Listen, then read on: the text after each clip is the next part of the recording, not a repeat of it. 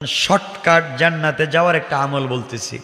এই আমল যদি আপনারা করেন আর 5 ওয়াক্ত নামাজ পড়েন, হালাল খান, ছোট্ট আমল করেন, আল্লাহ রসুল বলছেন মরবে আর আমার হাত ধরে জান্নাতে যাইবে।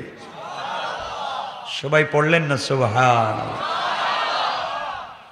আমি এই কথাটা বলেই আপনাদের কাছ থেকে বিদায় নিব। আমার বন্ধুগণ, সংক্ষেপ করে বুঝাইয়া দিই।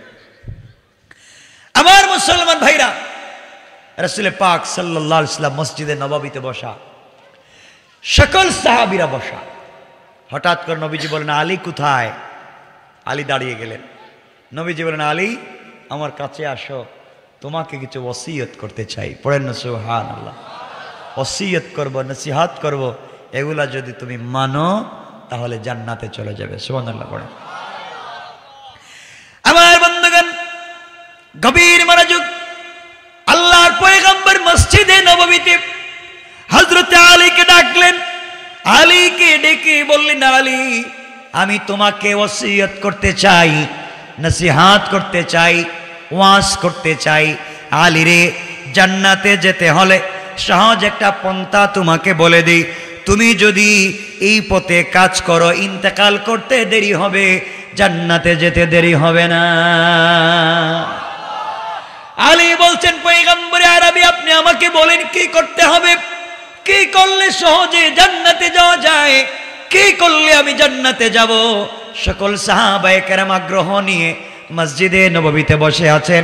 নবীজি জোরে আওয়াজ করে আলীকে দাঁড় করাইয়া বলেন, আলী শোনো, তুমি যদি জান্নাতে যেতে চাও, বিনা হিসাবে, হিসাব ছাড়া যদি আমার হাত ধরে জান্নাতে যেতে চাও, তাহলে প্রতি রাত্রে ঘুমাতে যাওয়ার আগে 4000 দিনার আল্লাহর রাস্তায়, 4000 টাকা প্রত্যেক রাত্রে আল্লাহর রাস্তায় দান করে ঘুমাইবা। পড়েন সুবহানাল্লাহ। সাহাবায়ে কেরাম মুচকে হাসতে লাগলেন আর ডাক দিয়া বললেন, আলীকে আল্লাহর রাসূল ওসিয়ত করতেছেন, সহজে জান্নাতে যেতে হলে প্রত্যেক রাত্রি 4000 দিনার, 4000 টাকা যেন দান করে ঘুমায়। আলীর ঘরে তো 3 বেলার খাবার থাকে না। আলী মুচকে এসে বললেন, ইয়া রাসূলুল্লাহি, ইয়া হাবিবাল্লাহ, পয়গম্বরে আরবি আপনার ঘরে রান্না হলে আমি খাই, আপনার ঘরে রান্না না হলে আমি উপোস থাকি। আমার ঘরে খাবার থাকে না, আপনি আমাকে বললেন সহজে যদি জান্নাতে যেতে হয়, শর্টকাটে যদি জান্নাতে যেতে হয়, তাহলে প্রত্যেক রাত্রবেলা যেন আমি ঘুমাতে যাওয়ার আগে, বিছানায় যাওয়ার আগে 4000 দিনার দান করে ঘুমাই। আমি এত টাকা কোথায় পাবো? নবীজি মুচকি হেসে আলীর কপালে চুম্বন করে আলীর হাতকে শক্ত করে নিজের বুকের সঙ্গে লাগাইয়া ডাক দিয়া বললেন, আলী রে, বিছানায় যাওয়ার আগে তুমি যদি প্রত্যেক রাত্রে 4 বার সূরা ফাতিহা পড়ে ঘুমিয়ে যাও, 4000 দিনার দান করার সওয়াব আমলনামায় আল্লাহ দিয়ে দিবে। আল্লাহু আকবার।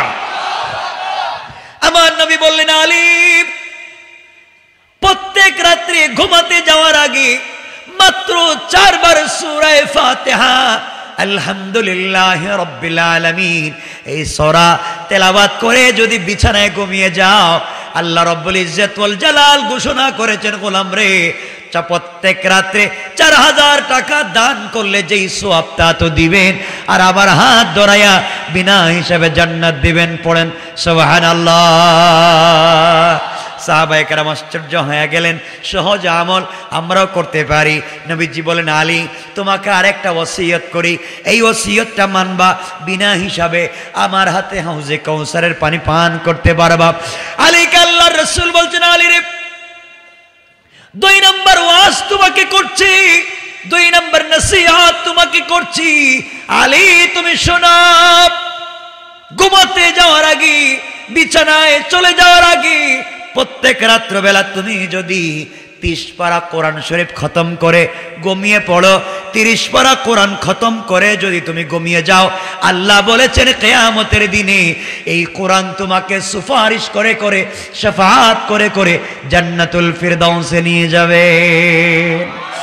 সাহাবায়ে কেরাম দাঁড়িয়ে বলছেন, পয়গম্বরে আরবি প্রত্যেক রাত্রে 30 পারা কোরআন শরীফ খতম করতে হবে, রাত্রই তো শেষ হয়ে যাবে, ঘুমাবো কখন? আলী মুচকি হেসে বলছেন, ইয়া রাসূলুল্লাহ 30 পারা কোরআন প্রত্যেক রাত্রে খতম করলে ঘুমাতে যাব কখন? নবীজি আলীর হাত জড়াইয়া ধরলেন আর বলেন, আলী রে, তুমি যদি প্রত্যেক রাত্রে বিছানায় যাওয়ার আগে, ঘুমিয়ে যাওয়ার আগে 3 বার সূরা ইখলাস কুল হুয়াল্লাহু আহাদ পড়ে ঘুমিয়ে যাও, তোমার আমল নামায় 30 পারা কোরআন খতমের সওয়াব লিখে দেওয়া হবে। আল্লাহু আকবার। আমল কি খুব কষ্টের না সহজ? 1 নাম্বার 4 বার সূরা ফাতিহা, 2-3 বার, 1 নাম্বার 4 বার সূরা ফাতিহা, 2 নাম্বার 3 বার সূরা ইখলাস। খুব কষ্টের আমল, যে কোনো সময় করা যায়। এবার আলী আমার নবীকে জড়িয়ে ডাক দিয়ে বলছেন, পয়গম্বরে আরবি, এত সহজ সহজ আমল আপনি আমাকে বলছেন, এ আমল করলেই যদি জান্নাতে যাওয়া যায়, 2টা বলছেন, আরেকটু বলেন, আরেকটু বলেন। আমার নবী বলছেন, আলী তাহলে তুমি শোনো, প্রত্যেক রাত্রে একটা করে ঝগড়া মিটাইয়া তুমি ঘুমাবা। মানুষের মধ্যে ঝগড়া লেগে গিয়েছে, স্বামী স্ত্রীতে ঝগড়া লেগে গিয়েছে, 2 গ্রামে ঝগড়া লেগেছে, 2 দেশের ভিতরে মারামারি লেগে গিয়েছে, ঘরের ভিতরে বাইয়ে বাইয়ে বাবা ছেলে ঝগড়া লেগে গিয়েছে। ঝগড়া মিটাইয়া তুমি ঘুমিয়ে যদি যাও, জান্নাতুল ফিরদাউসে আল্লাহ তোমাকে পাঠাইয়া দিবেন, তুমি এই কাজ করে ঘুমাবা। হযরতে আলী বলছেন, পয়গম্বরে আরবি, আপনি আমাকে বললেন প্রত্যেক রাত্রি একটা ঝগড়া মিটাই আমি ঘুমাবো। প্রত্যেক রাত্রে কোথায় ঝগড়া হয়? কোন স্বামী স্ত্রী ঝগড়া করে, বাবা ছেলে ঝগড়া করে, ভাইয়ে ভাইয়ে ঝগড়া করে, মা মেয়ে ঝগড়া করে, গ্রামে গ্রামে ঝগড়া হয়, দেশে দেশে মারামারি হয়। আমি কোথায় খুঁজে পাবো, কোথায় দেখবো আর ঝগড়া মিটাইয়া ঘুমাবো? আল্লাহর রাসূল বলছেন, যারা রাত্রবেলা ঘুমাতে যাওয়ার আগে উম্মতের একটা ঝগড়া মিটাইয়া ঘুমাইয়া যায়, আল্লাহ রাসূল বলছেন বিনা হিসাবে জান্নাতে চলে যাবে। আলী বলছেন, পয়গম্বরে আরবি, আমি কেমনে ঝগড়া মিটাবো, কোথায় পাবো? নবীজি বললেন, ও আলী, তুমি যদি প্রত্যেক রাত্রে ঘুমিয়ে যাওয়ার আগে মাত্র 10 বার আস্তাগফিরুল্লাহ পড়ে ঘুমিয়ে যাও, মাত্র 10 বার আস্তাগফিরুল্লাহ আস্তাগফিরুল্লাহ পড়ে ঘুমিয়ে যাও, আল্লাহ রাব্বুল ইজ্জত ওয়াল জালাল তোমার আমল নামায় 2 দেশের ঝগড়া মিটাইয়া দিলে, স্বামী স্ত্রীর ঝগড়া মিটাইয়া দিলে, বাবা ছেলে মা মেয়ে ভাইয়ে ভাইয়ে গ্রামে গ্রামে ঝগড়া মিটাইয়া দিলে, মারামারি কাটাকাটি বন্ধ করে দিলে যেই সওয়াব হবে, আল্লাহ তোমার আমল নামায় 10 বার আস্তাগফিরুল্লাহ এই শব্দ বলবার কারণে এই সওয়াব লিখে দিবে। আরেকটু জোরে পড়েন। এবার আলী বলছেন, পয়গম্বর আরবি, 3টা ওসিয়ত আপনি আমাকে করেছেন। এত সহজ ওসিয়ত করলেন। নবীজি বলেন, আলী রে, কেউ যদি আস্তাগফিরুল্লাহ পড়ে বিনা হিসাবে জান্নাতে যেতে চায়, দুনিয়ার কোন মানুষ লাগবে না, ওসিয়ত লাগবে না, সুপারিশ লাগবে না, শাফাআত লাগবে না, বিনা হিসাবে কোন উম্মত যদি জান্নাতে যেতে চায়, সে যদি প্রত্যেক রাত্রে আল্লাহুম্মা ইন্নী যালামতু নাফসি যুলমান কাসীরা ওইটা একবার হলেও দিনে পড়ে, আল্লাহ বলছেন এই গোলামের জিম্মাদার কিয়ামতের দিন স্বয়ং আমি আল্লাহ। আল্লাহু আকবার বলেন না। আল্লাহ রাসূল বলছেন, শোনো ও আলী, তুমি শোনো,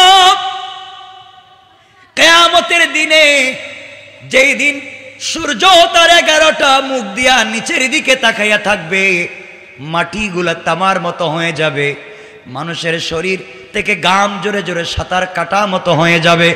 ওই দিন যদি আরশে আজিমের ছায়ায় থেকে জান্নাতের এতটা দরজা খোলে, জান্নাতে যেতে চাও, যেই গোলাম আর যেই উম্মত 5 ওয়াক্ত নামাজের সময় অথবা যে কোনো সময় ওযু করবার পরে কালিমায়ে শাহাদাত পড়বে, আশহাদু আল্লা ইলাহা, এই কালিমায়ে শাহাদাত পড়বে প্রত্যেক অজুর পরে শরীর শুকিয়ে যাওয়ার আগে, হাত ভিজা, মাথা ভিজা, শরীর ভিজা রয়েছে, কালিমায়ে শাহাদাত যদি কেউ ওযু করার পরে পড়ে, নবীজি বলেছেন ইন্তেকালের সাথে সাথে জান্নাতের 8টা দরজা খুলে দেওয়া হয়ে যায়। আল্লাহু আকবার। এবার নবীজিকে আলী বলছেন, পয়গম্বর আরবি, আপনি আমাকে আরেকটু ওসিয়ত করেন, আমি কি করতে হবে? নবীজি বলছেন, আলী রে, তুমি এক কাজ করো, প্রত্যেক রাত্রে ঘুমাতে যাওয়ার আগে জান্নাতের মূল্য পরিশোধ করে ঘুমিয়ে যাও। এবার আলী বলছেন, পয়গম্বরে আরবি আপনি জান্নাতের মূল্য পরিশোধ করতে বললেন, জান্নাতের মূল্য কি দেওয়া যায়? আপনিই তো হাদিসে বলেছেন, আপনি আমাদেরকে বলেছেন জান্নাতের মূল্য পরিশোধ করবার মতো কিছুই নাই। জান্নাতের ভিতরে যে স্টোন আছে, পাথর আছে, জান্নাতি মহিলাদেরকে আল্লাহ যে ওড়না দিবেন, জান্নাতি মহিলাদের ওড়নার মধ্যে যে পাথরগুলা দিবে, এই পাথরের দাম হবে হীরা জবরদস্ত ইয়াকুত মণিমুক্তা, ছোট্ট ছোট্ট পাথর।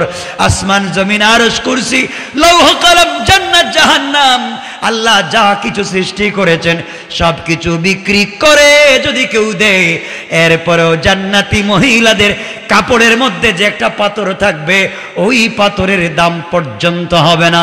পড়েন সুবহানাল্লাহ।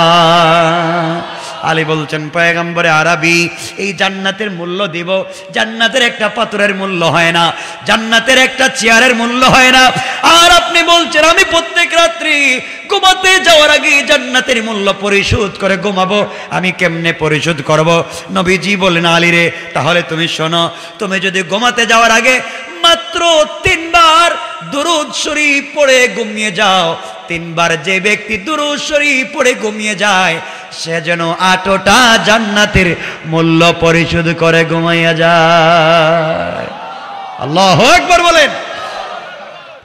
আমার মুসলমান বন্ধুগণ, এবার আলী জড়াইয়া বলছেন, পয়গম্বরে আরবি আর একটু ওসিয়ত করেন, আর একটু আমাকে বলেন, নসিহত করেন, আর একটু ওয়াজ করেন, এত সহজে জান্নাতে যাওয়া যায়, আর একটু বলে দেন। এবার নবীজি বলছেন, আলী তাহলে শোনো, প্রত্যেক রাত্রে একটা মকবুল হজ করবা, প্রত্যেক রাত্রে একটা মকবুল উমরা করবা। মকবুল হজ আর উমরা করে যদি কেউ প্রত্যেক রাত্রে একটা মকবুল হজ করে, প্রত্যেক রাত্রে একটা মকবুল উমরা করে, ওই ব্যক্তি মরবে বিনা হিসাবে, আল্লাহ রাব্বুল ইজ্জত ওয়াল জালালের কুদরতে জান্নাতে পৌঁছে যাবে। কোন সুবহানাল্লাহ। এবার আলী ডাক দিয়ে বলছেন, পয়গম্বরে আরবি এটা কি কোনো মানুষের জন্য সম্ভব? কারো বাড়ি তো 1000 মাইল দূরে, আমি মদিনায় উমরা করতে যাওয়া লাগবে, মক্কায় বাইতুল্লাহ যাওয়া লাগে, রাত্রে কেমনে আমি একটা হজ করব? প্রত্যেক রাত্রে কেমনে আমি একটা উমরা করব? আমার দ্বারা তো সম্ভব হবে না। নবীজি বললেন, আলী রে তাহলে শোনো, কোন গোলাম যদি, কোন উম্মত যদি ঘুমাতে যাওয়ার আগে বিছানায় পেট লাগিয়ে দেওয়ার আগে 4 বার কালিমায়ে তাইয়্যিবা লা ইলাহা ইল্লাল্লাহ 4 বার পড়ে যদি কেউ ঘুমিয়ে যায়, একটা মকবুল হজ মকবুল উমরার সওয়াব পেয়ে যাবে। পড়েন সুবহানাল্লাহ। আমার বন্ধুগণ, বিশ্বনবী বুঝালেন জান্নাতে যদি যেতে হয় প্রত্যেক রাতে 4000 দিনার যদি দান করার সওয়াব পেতে হয়, 4 বার সূরা ফাতিহা পড়বা, 30 পারা কোরআনের খতম করার সওয়াব যদি পেতে হয়, 3 বার সূরা ইখলাস পড়বা, জান্নাতের মূল্য যদি পরিশোধ করতে হয় 3 বার দুরূদ শরীফ পড়বা, প্রত্যেক রাতে একটা ঝগড়া মিটাইয়া ঘুমাতে যদি হয় 10 বার আস্তাগফিরুল্লাহ পড়বা, একটা মকবুল হজ একটা মকবুল উমরা করে যদি ঘুমাতে হয় 4 বার কালিমায়ে তাইয়্যিবা পড়ে ঘুমাবা, জান্নাতের 8টা দরজা খোলা রেখে যদি ঘুমাতে হয় ওযুর পরে কালিমায়ে শাহাদা পড়বা। আর যদি জান্নাতে বিনা হিসাবে যেতে হয়, কোনো হিসাব ছাড়া আর সে আজিমের ছায়ায় জায়গা করে, তাহলে অবশ্যই অবশ্যই দিনে কমপক্ষে 1 বার হলেও আল্লাহুম্মা ইন্নী যালামতু নাফসি জুলমান কাসীরা ওগুলা যারা পড়বে, নবীজি বলছেন এই আমলগুলা যারা দুনিয়ার জমিনে করবে, ইন্তেকাল করতে দেরি হবে, আল্লাহর তৈরি জান্নাতে যেতে এই গোলামের উম্মতের 1 মিনিটও দেরি হবে না। পড়েন সুবহানাল্লাহ। আল্লাহু আকবার বলেন, আল্লাহু আকবার। আমরা যেতে চাই কি চাই না? আমার মুসলমান বন্ধুগণ, গভীর মনোযোগ। আল্লাহ রাব্বুল ইজ্জত ওয়াল জালাল বলেছেন, গোলাম রে এই দুনিয়ার জমিনে কোন পথে চলে শান্তি আসবে, দুনিয়ার জমিনে কার অনুসরণ করলি দুনিয়া এবং আখিরাতে কল্যাণ আসবে। আল্লাহ রাব্বুল ইজ্জত ওয়াল জালাল বলছেন, ও গোলাম, দুনিয়ার কত মানুষ কত ভাবে সমাজ থেকে দিনকে মুছে দিতে চায়, আমি আল্লাহ ঘোষণা করে দিলাম যারা যত কৌশল করে সমাজ থেকে দিনকে মুছে দিতে চায় না কেন, ওরা জানি না আমি আল্লাহর কৌশল তাদের চাইতে আরো বড় কোন সুবহানাল্লাহ। আল্লাহ বলছেন যারা আল্লাহকে মানে তারা কোনোদিন ক্ষতিগ্রস্ত হবে না। যারা আল্লাহকে বিশ্বাস করে তাদেরকে বাঁচাবেন আল্লাহ। যারা আল্লাহকে বিশ্বাস করে চলে কোনো কাজে তারা ফেল করতে পারে না, বিফল হতে পারে না, সকল কাজে সফলতা দিবেন কে? আল্লাহ কেমনে বাঁচাবেন আমরা এই আলোচনাগুলো সামনের দিকে নিয়ে যাই। আমার মুসলমান বন্ধুগণ, আল্লাহর পয়গম্বর আখিরি জামানার নবী জনাবে মুহাম্মদুর রাসূলুল্লাহ সাল্লাল্লাহু আলাইহি ওয়াসাল্লাম যেই দিন মক্কা থেকে হিজরত করে ইয়াসরিবের দিকে, মদিনার দিকে, খেজুর বাগানের দিকে যাবেন, আমি ঘটনা বলবো না, আল্লাহ যদি সাথে থাকেন কি হয় সেটা বোঝাতে চাই। গভীর রাত্রে জিবরিল আমিন আমার নবীকে উঠায়া দিলেন। বিশ্ব নবী ঘুম থেকে উঠে গেলেন। আল্লাহ ডাক দিয়ে বললেন, বন্ধুরে এবার তুমি হিজরত শুরু করো, বাইতুল্লাহ ছেড়ে দিয়া, মক্কা ছেড়ে দিয়া মদিনার দিকে হিজরত করো। বিশ্ব নবী রেডি হয়ে গেলেন হিজরত শুরু করবার জন্যে। হঠাৎ করে তার কানে আওয়াজ আসলো, আওয়াজ হলো, তিনি জানতে পারলেন ঘরের চতুর্দিকে কাফেরেরা বেষ্টন করে রেখে দিয়েছে। সব দিকে কাফেরেরা নেজা নিয়ে, বল্লম নিয়ে, তীর নিয়ে ঘরটাকে বেষ্টন করে রেখে দিয়েছে। নবীজি যখনই ঘর থেকে বের হবেন কাফেরেরা তাকে আঘাত করবে, হত্যা করে ফেলবে। আল্লাহর পয়গম্বর আল্লাহকে ডাক দিয়া বলছেন, আল্লাহ তাআলা আপনি আমাকে বলছেন হিজরত করবার জন্য, আমিও হিজরত করতে চাই, আমিও ঘর থেকে বের হয়ে যেতে চাই। আল্লাহ তাআলা আমি কেমনে ঘর থেকে বের হব? ঘর থেকে যদি আমি বের হই, ঘরের চতুর্দিকে কাফেরেরা বেষ্টন করে রেখে দিয়েছে, ঘর থেকে বের হলে কাফেরেরা আমাকে আঘাত করবে, মেরে ফেলবে। আল্লাহ রাব্বুল ইজ্জত ওয়াল জালাল বললেন, ইল্লাল্লাযীনা আমানু ওয়া আমিলুস সালিহাত ওয়া তাওয়াসাউ বিল হক ওয়া তাওয়াসাউ বিস সবর, যারা ঈমান আনবে, নেক আমল করবে, সত্যের পথে অটল অবিচল থাকবে, ওয়া তাওয়াসাউ বিল হক ওয়া তাওয়াসাউ বিস সবর, এবং জালেমের জুলুমের সময় সবর করবে। আল্লাহ রাব্বুল ইজ্জত ওয়াল জালাল বলছেন, ইন্নাল ইনসানা লাফি খুসর, সকল মানুষ ক্ষতিগ্রস্ত আর বিপদে থাকলেও এই চার গুণ যাদের ভিতরে থাকবে তারা ক্ষতিগ্রস্ত হবে না। আল্লাহ বললেন, বন্ধুরে কথা দিলাম, আমি কথা দিলাম, আপনি যদি আমার উপরে ভরসা করে, আমার উপরে বিশ্বাস করে, ধৈর্য ধারণ করে ঘর থেকে বের হয়ে যান, আমি আল্লাহ কথা দিলাম, কাফেরেরা যত বেষ্টন করুক না কেন, ঘর থেকে বের হওয়ার দায়িত্ব তোমার, আর হিফাজতের দায়িত্ব স্বয়ং আমি আল্লাহ। আমার বন্ধুগণ, বিশ্বনবী রেডি হয়ে গেলেন, বের হবেন। আবার আল্লাহকে ডাক দিয়া বলছেন, আল্লাহ তাআলা আপনি বলেছেন আমাকে হিফাজত করবেন, আমিও বিশ্বাস করি, কিন্তু মন তো মানে না। ওয়ালাকিন লিয়াতমাইন্না কলবি, অন্তরের ভিতরে প্রশান্তি পাচ্ছি না, কখন জানি ঘর থেকে বের হলে কাফেরেরা আঘাত করে, আমাকে কোনো উপকরণ দেন যেই জিনিসের মাধ্যমে কাফেরদের নির্যাতন থেকে বাঁচতে পারি। আল্লাহ রাব্বুল ইজ্জত ওয়াল জালাল বললেন, বন্ধুরে তাহলে একটা কাজ করো, হাতের মধ্যে কিছু বালি নেও, হাতের মধ্যে কিছু কঙ্কর নেও, হাতের মধ্যে কিছু মাটি নেও, পাথর নেও, আর ওগুলার মধ্যে কোরআন থেকে তেলাওয়াত করে কাফেরদের উপরে নিক্ষেপ করে দিবা, এর মাধ্যমে তোমাকে হেফাজত করব।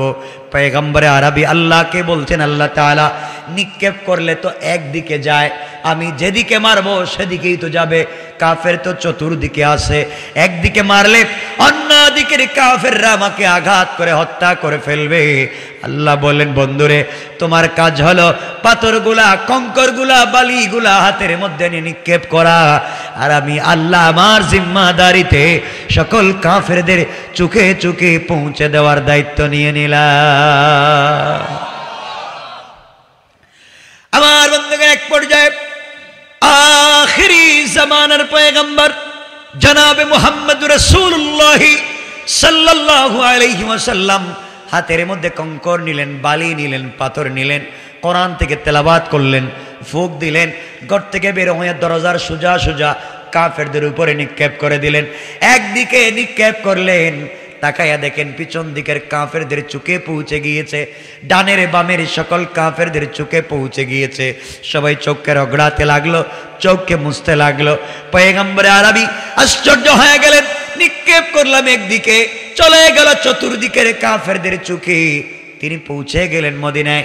দীর্ঘদিন পরে আল্লাহ পাক একদিন তার বন্ধুকে ডাক দিয়ে বলছেন, বন্ধুরে ওই দিন কেমনে তুমি পৌঁছে গেলা মদিনায়, নিক্ষেপ তো করল। ও ভাই, তুমি আল্লাহকে চিনো না।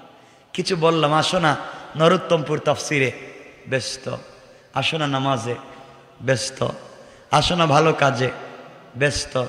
আসো না ইসলামের কাজ করি, ব্যস্ত। আরে বুকা, তুমি দুনিয়া দুনিয়া দুনিয়া দুনিয়া নিয়া যত ব্যস্ত, তোমার চাইতে কোটি গুণ বেশি ব্যস্ত আজরাইল তোমাকে নিয়া। সবাই বলেন তুমি নাকি ব্যস্ত। আজকে নরোত্তমপুরের এক যুবকের কাছে আমেরিকার স্পন্সর এসেছে, কানাডার সাপোর্টিং লেটার এসেছে, সে গ্রিন কার্ড পেয়েছে, সে কাজের পারমিট পেয়েছে, ওয়ার্ক পারমিট পেয়েছে। ব্রিটেন চলে যাবে, আমেরিকা চলে যাবে, কানাডা চলে যাবে, সবার কাছ থেকে বিদায় নিচ্ছে। বন্ধু বলছে, বন্ধু আয় সেজদাদের রবের কদমে আয় না। কয় না আমি ব্যস্ত, সবার কাছ থেকে বিদায় নিচ্ছে, ব্যস্ত। আরে বুকা, তুমি ব্যস্ত। সবার কাছ থেকে বিদায় নিয়া রাত্রেবেলা ঘরে গিয়েছে, এয়ার কুলার, এয়ার কন্ডিশন, টাইস, সিরামিক ফিট করা রুমে 1 লক্ষ টাকা দামের বিছানা, 50,000 টাকা দামের বালিশে মাথা রাখছো। সকাল 7টার সময় তোমার ফ্লাইট, তুমি নাকি ব্যস্ত। বুকা, তুমি জানো না হতে পারে তোমার বালিশের নিচে আজরাইল বসা। ঠিক বললাম না? আজরাইল আল্লাহকে বলছে, আল্লাহ আমসিক আও আত্রুক। ও বলছে বাড়ি নাকি তার, ও বলছে গ্রিন কার্ড নাকি তার, ও বলছে পারমিট নাকি তার, ও তো বলে সব তার। আল্লাহ বলো ওরে কি ঘুমাইতে দিমু, থাপ্পড় দিয়ে অজ্ঞান করে দিমু? আল্লাহ একটা থাপ্পড় দে, দেখবেন শরীর ঘামতেছে, ঘুমের মধ্যেই হার্ট অ্যাটাক হয় না?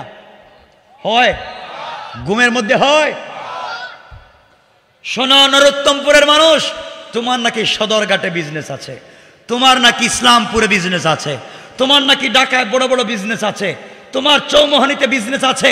আরে বুকা, তোমাকে নামাজের কথা বললে মসজিদে যাও না।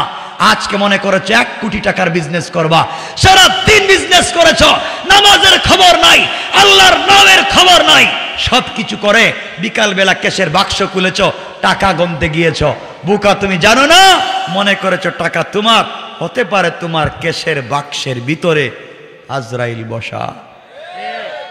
আজরাইল বলছে, আল্লাহ বলে টাকা নাকি তার, তুমি বলো কি করবো? আল্লাহকে একটা থাপ্পড় দে। থাপ্পড় দিছে, ব্রেন স্ট্রোক নাই। আল্লাহ আফসোস করে বলছেন, ইয়া আইয়ুহাল ইনসান মা গাররাকা বিরাব্বিকাল কারীম। মানুষ তোরে কে ধোঁকা দিয়েছে আমার মতো মহান রব থেকে? অথচ আল্লাযী খালাকাকা, আমি তোরে বানালাম, তুই আমারই ভুলে গেলি। শোনো নোয়াখালীর মানুষ, একদিন নোয়াখালীর চৌধুরী বাড়ির চৌধুরী বাড়ি থাকবে, চৌধুরী থাকবেন না। খান বাড়ির খান বাড়ি থাকবে, খান সাহেব থাকবেন না। এমপির বাড়ির এমপির বাড়ি থাকবে, এমপি থাকবেন না। চেয়ারম্যানের বাড়ির চেয়ারম্যান বাড়ি থাকবে, চেয়ারম্যান থাকবেন না। সওদাগরের বাড়ির সওদাগর বাড়ি থাকবে, সওদাগর থাকবেন না।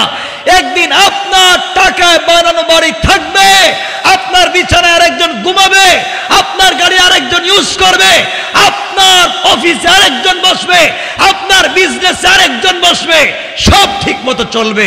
থাকবেন না শুধু আপনি। কে ধোঁকা দিচ্ছে আপনাদেরকে? আমার যদি একটা শক্তি থাকতো আর আমি কলিজা ডাইরেক্ট ঢুকাই দিয়ে বুঝাই দিতে পারতাম, তাইলে মনে শান্তি পাইতাম যে কেন সেই রবকে ভুলে গেছো, কেমনে সেই রবকে ভুলে গেছো, কেমনে। তোমার চিন্তা করা দরকার। তুমি মনে করেছো তোমার স্ত্রী তোমাকে ভালোবাসে, তোমার মতো বুকা আর নাই। বউ তোমারে ভালোবাসে, তোমার মরার সাথে সাথে কাপড় খইলা সাদা কাপড় পরছে, তার অর্নামেন্টস জুয়েলারি খুলে ফেলেছে, ব্রেসলাইট খুলে ফেলেছে, এক্সট্রা অর্ডিনারি বাদ দিয়েছে, এখন আর স্টাইল করে না, এখন আর ডিজাইন করে চলে না, খুব খুশি। বউ তো পাগল ছিল আমার জন্য, সব বাদ দিয়ে দিছে। তুমি মুখা শুধু 4 মাস 10 দিন পরে দেখতে পাইবা সে সব আগের মতোই হয়ে গেছে। একটু ভুল বলে ফেললাম মনে হয়? তোমার ছেলে নাকি তোমার জন্য কান্দে, সব বিক্রি কইরাম, তার বউ বাচ্চা নিয়ে কানাডা চলে যাইব, 20 বছরেও বাবার কবর একদিন আইসা জিয়ারত করবে না। এগুলা হয়নি, কারণ আমার বাড়ি সিলেট শহরে, যদিও ঢাকায় বড় হচ্ছে, জন্ম সিলেট শহরে। আমরা জানি প্রবাসী অধ্যুষিত এলাকা, গেছিল যে সন্তান 50 বছরেও আসে না, বাপার বাড়ি কই হিটাও জানে না, বাড়িতে ঘর আছে 10 কোটি টাকার, জীবনও আইসা দেখে নাই। কেমন দুনিয়া, দুনিয়া কোথায় যেন বলছে, আর দুনিয়া জিফা, দুনিয়া হচ্ছে মরা অসম্পূর্ণ একটা ছাগলের বাচ্চা, আর দুনিয়া জিফা, দুনিয়া একটা মরা অসম্পূর্ণ ছাগলের বাচ্চা। আর যারা এটা অন্বেষণ করে, ও তালিবুহা কিলাব, যারা অন্বেষণ করে তারা কুকুর।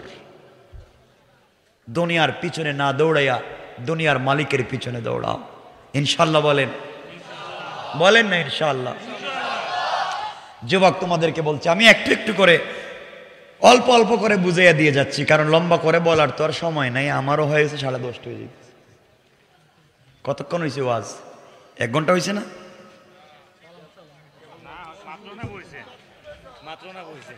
কি কয়? আরে আমি একটা, আমার হাত নাড়াইতে পারতেছি না। কষ্ট হচ্ছে না তো? হাত দেখান তো দেখি, কার কার কষ্ট হচ্ছে না? হচ্ছে না বলছি তো। লিল্লাহে তাকবীর, আওয়াজ করে বলে নারে তাকবীর। হাত নামান। কি বলতে চাই এখন শুনেন যুবক। এখন তোমাদের কথা কিছু বলি, এটাই আমার মূল বিষয়। আয়াত যখন পড়বো তখন বুঝবে না, হারে সব তো দুনিয়া দেখতেছি মিলে যাইতেছে, বুঝেন? যুবক শোনো, তোমরা নাকি প্রেম করো, হ্যাঁ? তোমার নাকি গার্লফ্রেন্ড আছে, ঠিক? কিছু কয় না, ঠিক? এটা ঠিক হইল কেমনে? তো খারাপ কাজ, এটা ঠিক কেমনে হইল? শোনো তাহলে কি বলতে চাই। যুবক, তোমার নাকি গার্লফ্রেন্ড আছে, তুমি এখন প্রেম করা শিখেছ, তুমি ম্যাচুয়ার্ড, তুমি অ্যাডাল্ট। আরে বোকা তুমি, শোনো, প্রেম করে মা বাবার সঙ্গে খারাপ ব্যবহার শুরু করেছ। আগের মতো কলেজে গিয়ে পড়ালেখা করো না, মা বাপকে ঠিক মতো দেখতে পারো না, কিছু বললেই ঝাড়ি মারো, বাপকে বলো বুইড়া, ঠিক বললাম না? বাপকে দেখতে পারো না। মসজিদের ইমাম সাহেবের কাছে গিয়ে হুজুর একটা তাবিজ দেন, এমন তাবিজ দেন যেন আমার প্রেমিকা তো পাগল হইবে হইবে, বাপ মা যেন পাগল হয়ে যায়। কই ঠিক? কত খারাপ চিন্তা করে। হুজুরকে আমার 500 টাকা বেশি দিয়েন, দিতেছি একটা গরম তাবিজ। এগুলো হারাম, ব্ল্যাক ম্যাজিক হারাম, জাদু টুনা কুফরি কালাম হারাম। আমার বন্ধুগণ শোনো, যুবক প্রেম করে পড়ালেখা বাদ দিয়েছ, পড়ালেখা লাল বাতি, মা বাবার সঙ্গে খারাপ ব্যবহার, এখন ফেন্সিডিল ইয়াবা ধরেছ, যার সাথে প্রেম করেছ 30 বছর বিদেশে থেকে সব টাকা তার পিছনে ব্যয় করেছ, ঢাকা শহরে বিজনেস করো, মা বাপকে না দিয়া প্রেমিকার মা বাপরে দিছ। আরে বোকা, তোমার প্রেমিকা, তোমার গার্লফ্রেন্ড হয়তো ডিজাইন করা সুন্দর চামড়া, এক্সট্রা অর্ডিনারি করা তার চেহারা, বিউটিফুল স্মার্ট তার বয়স, বোকা তার প্রেমে পড়ে রাত্রবেলা ঘুমাও না, সব তার জন্য করেছ। আরে বোকা, তুমি জানো না এই মেয়ে যদি আজকে মইরা যায় 32 ঘন্টার ভিতরে তার চামড়ার থেকে বের হবে পোকা। ঠিক বললাম না? তুমি যেই মেয়ের প্রেমে পড়ে মা বাবার সঙ্গে খারাপ ব্যবহার শুরু করেছো, নিজের পছন্দে চলতে গিয়া গোষ্ঠীর পরিবারের গ্রামের মুখে চুনকালি দিয়েছ। আরে বোকা, যার পিছনে টাকা ইনভেস্ট করেছো, যার কারণে পড়ালেখা বাদ দিয়েছ, তুমি জানো না ওই মেয়ে যদি ঘুম থেকে উঠা তোমার চাইতে সুন্দর, তোমার চাইতে স্মার্ট, তোমার চাইতে টাকাওয়ালা আরেকটা যুবককে পেয়ে যায়, তোমাকে ভুলে যেতে 1 মিনিটও লাগবে না। তাহলে তুমি কেমনেই ভুল পথে যাও? তুমি প্রেম করে রাত্রেবেলা ঘুমাও না, সারা রাত জায়গা থাকো, আহা, আমিও প্রেমিক, আমিও একজন প্রেমিক, তুমিও প্রেমিক। তুমি ভুল জায়গায় প্রেম করেছ, প্রেমের লাইনই জানো না। শোনো, আমি তোমাকে বুঝাচ্ছি। প্রেম তো করেছিলেন আমার রব, আমার রসুলের সঙ্গে, তার হাবিব বন্ধুর সঙ্গে প্রেম করেছেন। মাঝে মাঝে আমার রসুলকে আমার আল্লাহ ডাক দিতেন, ইয়া আইয়ুহাল মুদ্দাসসির, ইয়া আইয়ুহাল মুজাম্মিল, কম ফাআনজির, ওয়া রাব্বাকা ফাকাব্বির, ওয়া সিয়াবাকা ফাতাহহির। ও চাদরওয়ালা চাদর খোলো, কম্বলওয়ালা কম্বলের নিচ থেকে বের হও। হাবিবুল্লাহ, তুমি খাদিজাকে নিয়ে কম্বলের নিচে, আল্লাহু আরশ ইস্তাওয়া, আমি আরশে আজিমে একা একা, তুমি কম্বলের নিচে ঘুমাও। লা তাখুযুহু সিনাতুন ওয়ালা নাওম, তোমার সাথে প্রেম করে আমি ঘুমাই না। বন্ধু, কম্বলের নিচ থেকে বের হও, খাদিজাকে ঘুম পড়াইয়া দাও, ফাতেমাকে আরেক জায়গায় রাইখা দাও, কেউ দেখবে না, রব তো ঘুমাই না। একটাবার কথা বলতে চাই, ঘুম থেকে উঠো, সাজদায় পড়ে সুবহান বলে ডাক দেও। আমি রব তোমাকে কথা দিলাম, আর সে আজিমে থাকবো না, সাথে সাথে তোমার নামাজের জায়গায় হাজির হয়ে যাব। রব তো তার নাম, কেমনে ভুলে যাও সেই রবকে? রবকে কেমনে ভুলে যাও? রব তো তোমাকে ভুলে যায় নাই। রব বলছে আমিও ঘুমাই না, লা তাখুযুহু সিনাতুন ওয়ালা নাওম, আমারে ঘুম পায় না। আমি জানি আমার বান্দা কোন জায়গায় বিপদে পড়ে যাইব, আমারই ডাক দিব। আমি যদি ঘুমায় যাই, কে তার ডাকের জবাব দিব? আল্লাহ বলছেন আল্লাহু আরশ ইস্তাওয়া, আমি তো আরশে আজিমে। মুসা কালিমুল্লাহর কথা মনে পড়ছে, 1 মিনিটে বলি, 1 মিনিটও লাগবে না। মুসা কালিমুল্লাহ তুর পাহাড়ে গিয়ে কথা বলতেছেন আল্লাহর সঙ্গে। আল্লাহ বলছেন ফখলানা আলাইক ইন্নাকা বিল ওয়াদিল মুকদ্দাস তুয়া। আ মুসা, এটা তুর সাইনা, পবিত্র পাহাড়। জুতা নিয়ে কেমনে আসছো? জুতা খুলে আসো। মুসা জুতা খুলে পাহাড়ের দিকে যাচ্ছেন। কি সুন্দর চাকচিক্যময় আলো। মুসা আল্লাহকে বলছেন, আল্লাহ, বহুত দিন পরে শখ পুরো হয়েছে, তোমারে দেখতে পাইতেছি। আল্লাহ বলছেন, বোকা মুসা, কি বলছো? আল্লাহ, আমি তো নিচে, তুমি তো পাহাড়ের উপরে, নাইলে তো আলো আসলো কোত্থেকে? আল্লাহ বলেন, মুসা, তুমি জানো না, তুমি তুর পাহাড়ের নিচে ঠিকই, আমি তুর পাহাড়ের উপরে নাই, বরং তোমার আর আমার মধ্যখানে 70,000 নূরের পর্দা। মুসা আফসোস করে বলছেন, আল্লাহ, এটা কোনো কাজের কাজ হইল? এত দূর থেকে আপনি আমার সাথে কথা বলতেছেন, আমি না আপনার কালিমুল্লাহ, কথা বলতে ভাল লাগে, তুমি এত দূর থেকে কথা বলো, জীবনে কি কারো সামনাসামনি কথা বলবে না?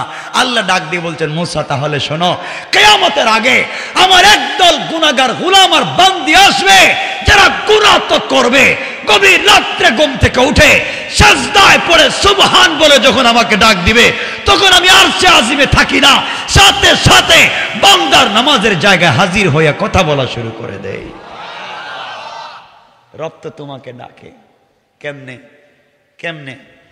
একদিন আসমান আল্লাহকে বলছে, ঈদের সেমাউন সাক্ষাৎ, আল্লাহ আসমানকে ভেঙে দিব। কেন? জমিনের সবগুলো শয়তান খায় তোমার, নাফরমানি করে তোমার। জমিন বলছে, ইদা জুলজিলাতিল আরদু জিলজালাহা, আল্লাহ জমিনে ভূমিকম্প শুরু করব। আল্লাহ কয়, না। কেন? কেউ তো কথা শোনে না। ইসরাফিল বলছে, আল্লাহ সিংহায় কি ফুক দিব? সব নাফরমান। আল্লাহ বলছে, না রে, আসমান ভাঙ্গিস না, জমিন ভূমিকম্প দিস না, ইসরাফিল সিংহায় ফুক দিস না। আল্লাহ এত নাফরমানের দুনিয়ায় আসমান জমিন টিকায় রাখতে চাও কেন? আল্লাহ জবাব দিচ্ছেন, শোনো তোমরা, নরোত্তমপুরের কিছু যুবক আর যুবতী, যাদের বডিতে জোয়ানি আছে, যাদের বডিতে যৌবন আছে, চাইলে মদের বারে যাইতে পারে, ফেন্সিডিল ইয়াবা খাইতে পারে, জেনাবে বিচার করতে পারে, এগুলা বাদ দিয়া গভীর রাত্রে যেমন সিজদায় পড়ে সুবহান বলে ডাকবে, সাথে সাথে আমি সব অপরাধ ভুলে যাই। গোলাম যখন গভীর রাত্রে আল্লাহর কদমে পড়ে যখন বলে সুবহান, তখন আল্লাহ ফেরেশতাদেরকে জিজ্ঞাসা করেন, বল, ওই নরোত্তমপুরের যুবক আর যুবতী কি বলছে? আল্লাহ বলছে সুবহান, তুমি নাকি পবিত্র, সে নাকি অপবিত্র। আল্লাহ বলছেন, আমারে কি দেখছে? না দেখেই তো বলছে তুমি পবিত্র। আল্লাহ বলেন, সাব্বাহতানি, অবশ্যই আমি পবিত্র। আর গোলাম এত গুনাহ করে আজকে স্বীকার করেছে সে অপবিত্র, আর আমি পবিত্র। আমি আল্লাহ স্বীকার করলাম, সাব্বাহতুকা, গোলাম তোকে দুনিয়ায় বানালাম পবিত্র, আর আখিরাতে দিলাম বিনা হিসাবে জান্নাত।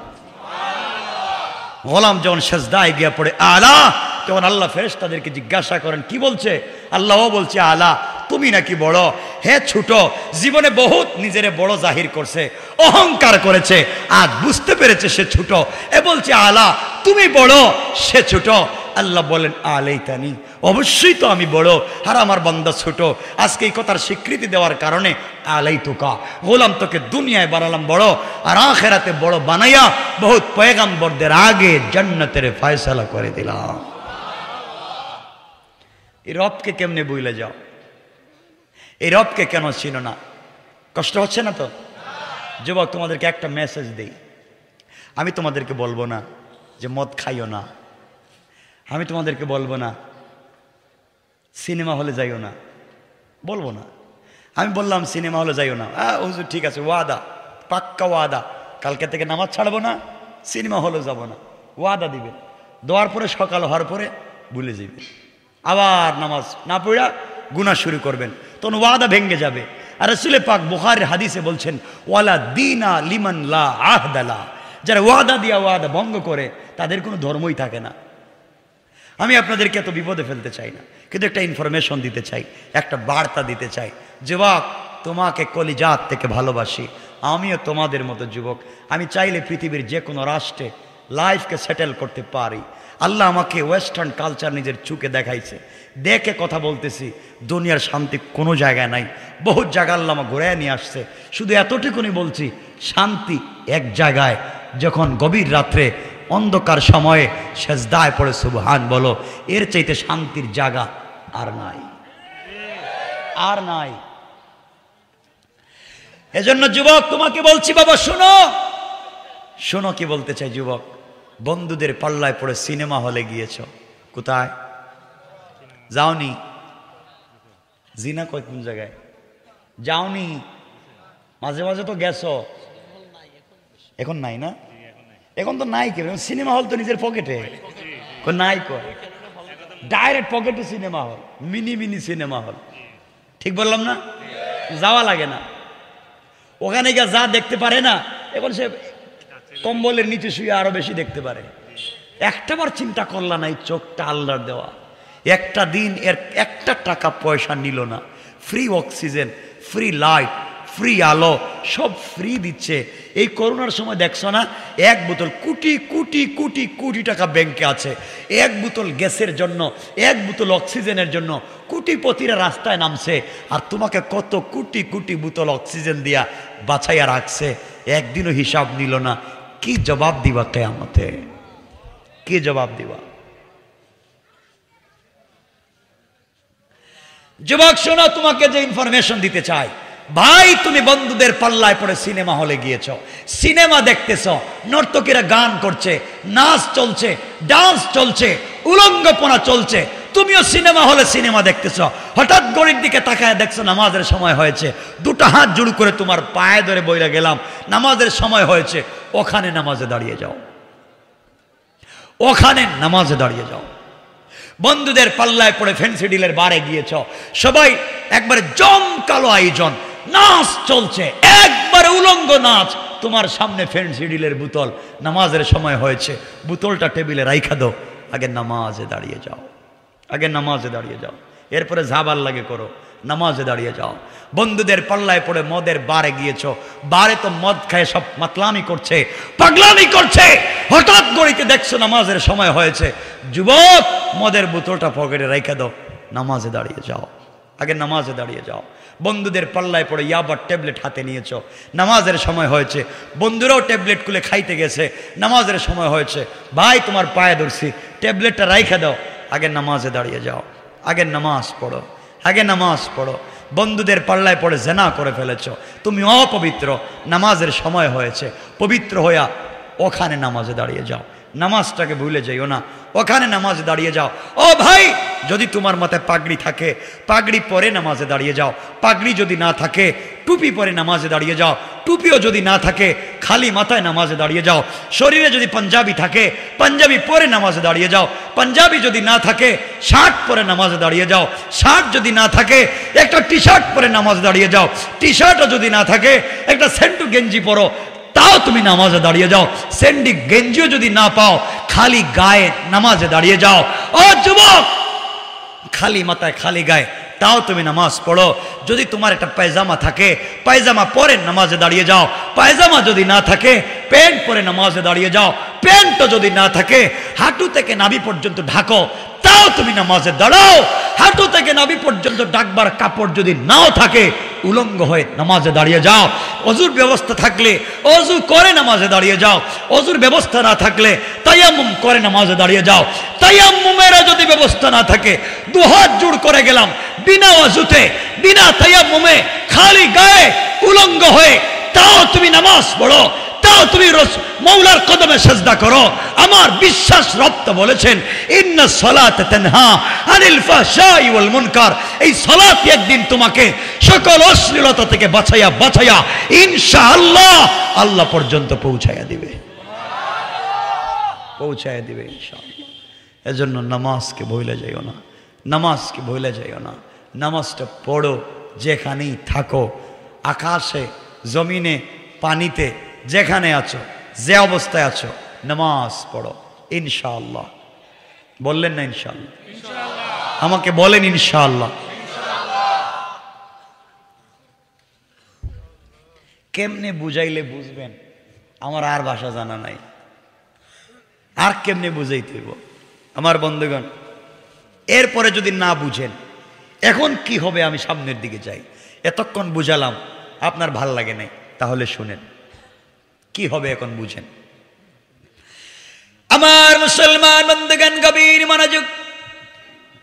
আল্লাহ বললেন গোলামরে এত কিছু বুঝালাম, দ্বীনের প্রতি ডাক দিলাম, কথা মানলে না, বুঝতে চাইলে না, তাহলে এবার শুন। আল্লাহ বললেন সূরাল মারিজের ৮ নম্বর আয়াত থেকে আল্লাহ বললেন ইয়াউমা তাকুনুস সামাউ কাল মুহল। আল্লাহ রাব্বুল ইজ্জত ওয়াল জালাল বললেন যেই দিন আকাশ বিগলিত তামার মতো গলে, আসমান গলে ফুটা ফুটা হয়ে তামার মতো পড়ে যাবে, ওই দিন বুঝবা আমার কথাগুলা সত্য না মিথ্যা। যেই দিন আসমান গুলা গলে ফুটা ফুটা হয়ে পড়ে যাবে। এরপরে আয়াতে আল্লাহ বললেন ওয়া তাকুনুল জিবালু কাল আইন। যেই দিন পর্বত সমূহ পাহাড় সমূহ রঙিন তুলার মতো সুতার মতো উড়ে যাবে, যেই দিন আসমান বিগলিত তামার মতো ফুটা ফুটা হয়ে পড়বে, যেই দিন পাহাড়গুলা সুতার মতো তুলার মতো উড়ে যাবে, ওই দিন বুঝতে পারবে আমার কথাগুলা সত্য ছিল না মিথ্যা। আল্লাহ রাব্বুল ইজ্জত ওয়াল জালাল এর পরের আয়াতে আল্লাহ বললেন ওয়ালা ইয়াসআলু হামিমুন হামিমা। বন্ধুর পাল্লায় পড়ে নামাজে যাও নাই, বন্ধুর পাল্লায় পড়ে চান্দাবাজি করেছ, আরেকজনের জমি এক হাত নিজের জমিতে ঢুকাইছ, রাত্রবেলা আরেকজনের জমি থেকে লাউ কেটে এনে সিম কেটে এনে নিজে খাইছ, আরেকজনের জমির ধান কেটে গরুরে খাওয়াইছ, মানুষের সঙ্গে অন্যায় নাফরমানি করেছ। যে বন্ধুর পাল্লায় পড়ে তুমি অন্যায় করেছ, আল্লাহ বললেন ওয়ালা ইয়াসআলু হামিমুন হামিমা। ওই দিন বন্ধু বন্ধুর খবর নিবে না, তাহলে কি হবে?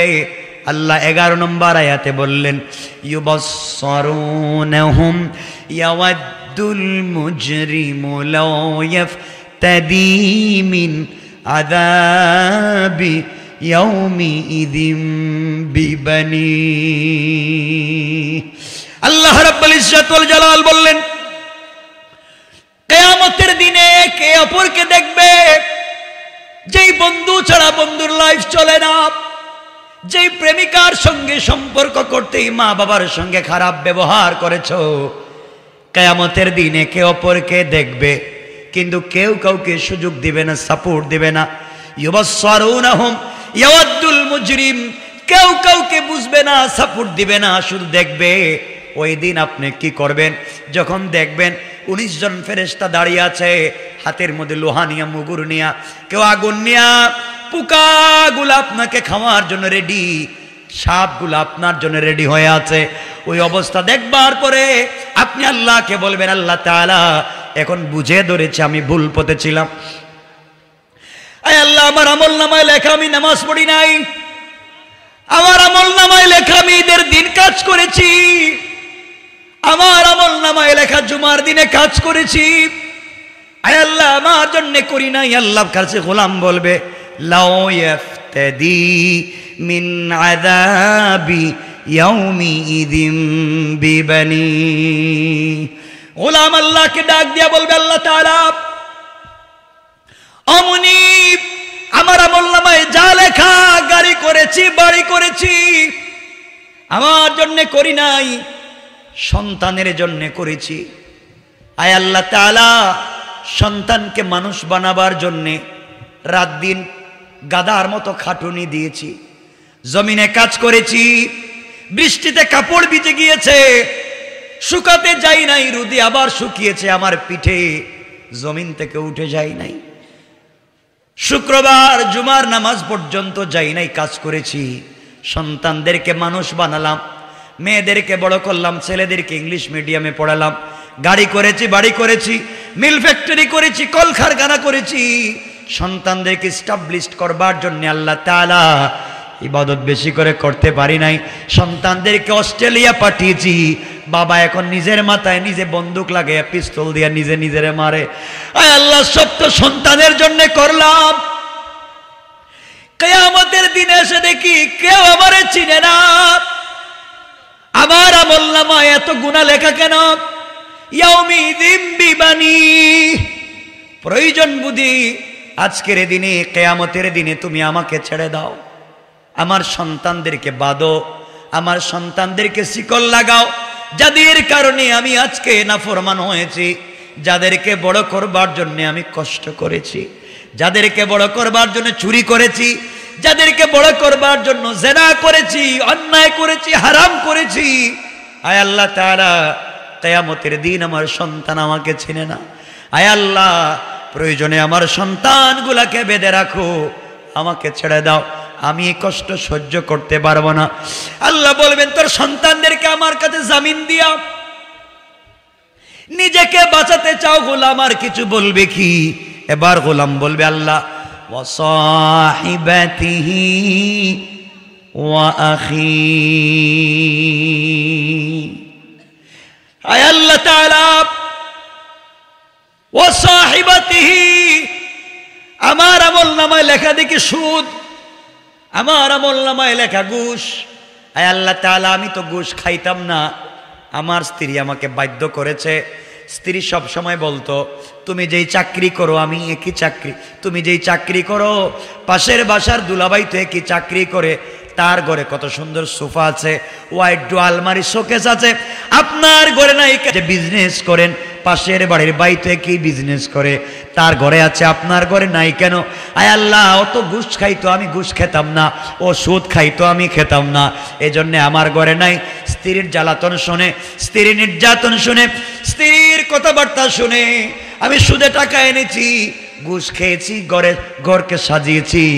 আল্লাহ আমার আমল নামায় সুদ লেখা, আমার আমল নামায় ঘুষ লেখা, যে স্ত্রীর জন্য এগুলা করেছি, স্ত্রীরে বাদো, আমাকে ছেড়ে দাও। আল্লাহ বললেন সন্তান দিলে, স্ত্রী দিলে, আর কি দিবে? এবার গোলাম বলতেছে ও আখি, আল্লাহ আমার ভাই বোনদেরকেও বাঁধো, আমার ভাই বোনদেরকেও বাঁধো। আমি ছিলাম বড় ভাই, ছোট ছোট ভাইদেরকে মানুষ করার জন্যে, বোনদেরকে ভালো জায়গায় বিয়ে দেওয়ার জন্য, গাদার মতো 30-40 বছর বিদেশে ছিলাম, রাত দিন কাজ করেছি, ভাই বোনদেরকে স্টাবলিশড করেছি, ভাইদেরকে বিদেশে এনেছি, ব্যবসা দিয়েছি, বোনদেরকে ভালো জায়গায় বিয়ে দিয়েছি। তাদের জন্য এত কিছু করতে গিয়া আমি তোমার নাম ঠিক মতো নিতে পারি নাই, এমন ভাই আছে না? আল্লাহ আমাকে আজকে ছেড়ে দেন, আমার ভাই বোন আমারে চিনে না, ও আখি, আল্লাহ ওদেরকে তুমি বাঁধো। আল্লাহ বলেন ও যুবক, সন্তান দিলে, স্ত্রী দিলে, ভাই বোন দিলে, আর কিছু দিবে? এবার গোলাম বলতেছে আল্লাহ তাআলা ওয়া ফাসিলাতিহিল্লাতী তুই। আয় আল্লাহ তাআলা আমার আমল নামায় লেখা দেখি আমি জমি দখল করেছি, চাঁদাবাজি করেছি, আরেকজনের মাথায় বাড়ি দিয়া মাথা ফাটিয়েছি, আমার আমল নামায় লেখা। আয় আল্লাহ আমার ইচ্ছা এগুলা করি নাই, আমার গোষ্ঠীর মুরব্বী, আমার গ্রামের মুরব্বী, আমার সংগঠনের নেতা তার কথায় আরেকজনের মাথায় বাড়ি মারছি, তার কথায় চান্দাবাজি করছি, 4 কথায় জমি দখল করেছি, আমার আমল নামায় এগুলা লেখা। আয় আল্লাহ তাআলা ওদেরকে আজকে বান্ধব, আমার গোষ্ঠীর নেতা, আমার মুরব্বী, এলাকার মুরব্বীরে বান্ধব, আমারে ছাইড়া দাও। আল্লাহ বলেন আর কিছু দিবে কি? এবার গোলাম বলতেছে ওয়ামান ফিল আরদি জামিআন সুম্মা ইউনজি। গোলাম এবার আল্লাহর কাছে ডাক দিয়া বলছে, আল্লাহ তাআলা পৃথিবীতে যা কিছু আছে সব কিছু নিয়ে নাও, এরপরে তুমি আমাকে ছেড়ে দাও। আল্লাহ বলেন গোলামরে, নিজের সন্তান আমাকে দিলে, নিজের স্ত্রী আমাকে দিলে, নিজের ভাই বোন আমাকে দিলে, তোর মুরব্বীরে আমাকে দিলে, নেতাকে আমাকে দিলে, দুনিয়ার সম্পত্তি আমাকে দিলে, সব কিছু দিয়া আজকের কিয়ামতের দিনে নিজেকে বাঁচাতে চাও গোলাম? তাহলে শুনো, আমি আল্লাহর ফয়সালা, কাল্লা ইন্নাহা লাযা, কখনো না, সব কিছু দিলেও আমি তোকে ছাড়বো না।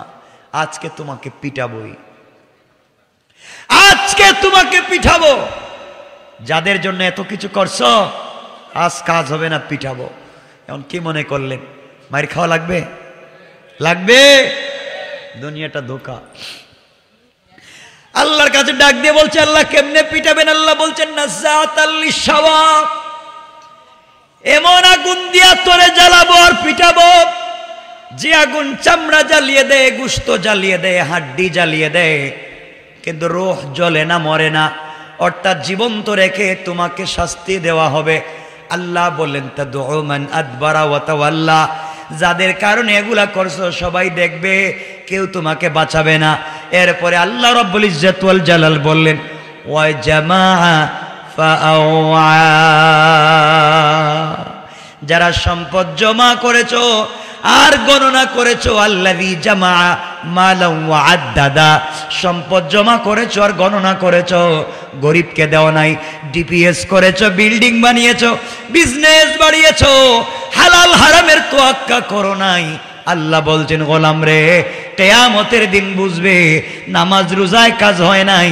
বহুত লোক আছে টাকার পাহাড় বানিয়েছে ইয়েতিম রে ঠকাইয়া। বলেন আছে না নাই?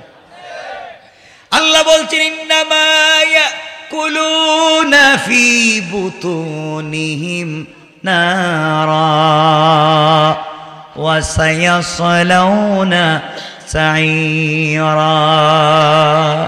আল্লাহ রাব্বুল ইজ্জত ওয়াল জালাল বললেন, দুনিয়ার জমিনে যারা ইয়েতিমকে ঠকাইয়া খেয়েছে, আল্লাহ রাব্বুল ইজ্জত ওয়াল জালাল বলে দিলেন গোলাম রে, যারা দুনিয়ার জমিনে ইয়েতিমরে ঠকায়, তারা তাদের পেটের ভিতরে আগুন ছাড়া আর কিছুই ঢুকায় না। পড়েন নাউজুবিল্লাহ। আওয়াজ করে জোরে পড়েন না নাউজুবিল্লাহ। আরো জোরে আওয়াজ করে পড়েন নাউজুবিল্লাহ। আমার বন্ধুগণ, কথা কি বুঝতে পারতেছেন? কষ্ট হচ্ছে আপনাদের? রাত্র 11টা হয়ে যাচ্ছে, আমি বেশি লম্বা করব না, যত লম্বাই হোক আমি লম্বা করব না, সব কিছুর লিমিট আছে। আমি আপনাদেরকে এতক্ষণ যা বুঝালাম, দুটা দিক বুঝালাম, কথাগুলো মনোযোগ দিয়ে শুনেন। একটা হলো অন্যায় করলে কি শাস্তি, আরেকটা হলো রবকে চিনার পথ। রবকে যদি না চিনেন তাহলে কি কি শাস্তি পেতে হবে। আমার কথা কি বুঝতে পেরেছেন? কথা বলেন, বুঝতে পেরেছেন? এখন এত কিছু বুঝবার পরেও যদি লাইনে না আসেন, হারাম পথে চলেন, আমি চাই আমরা সকলে জান্নাতে যাই। কিছু বললেন না? সবাই বলেন না ইনশাআল্লাহ? আরো জোরে বলেন। তাহলে ছোট্ট আমল বলে আলোচনা শেষ করে দেব। এখন শর্টকাট জান্নাতে যাওয়ার একটা আমল বলতেছি। এই আমল যদি আপনারা করেন আর 5 ওয়াক্ত নামাজ পড়েন, হালাল খান, ছোট্ট আমল করেন, আল্লাহ রসুল বলছেন মরবে আর আমার হাত ধরে জান্নাতে যাইবে। সবাই পড়লেন না সুবহানাল্লাহ? আমি এই কথাটা বলেই আপনাদের কাছ থেকে বিদায় নিব। আমার বন্ধুগণ, সংক্ষেপ করে বুঝাইয়া দিই। আমার মুসলমান ভাইরা, রাসূল পাক সাল্লাল্লাহু আলাইহি ওয়াসাল্লাম মসজিদে নববীতে বসা, সকল সাহাবীরা বসা। হঠাৎ করে নবীজি বলেন আলী কোথায়? আলী দাঁড়িয়ে গেলেন। নবীজি বলেন আলী আমার কাছে আসো, তোমাকে কিছু ওসিয়ত করতে চাই। পড়েন না সুবহানাল্লাহ। ওসিয়ত করব, নসিহত করব, এগুলা যদি তুমি মানো তাহলে জান্নাতে চলে যাবে। সুবহানাল্লাহ পড়েন। আমার বন্ধুগণ, গভীর মনোযোগ।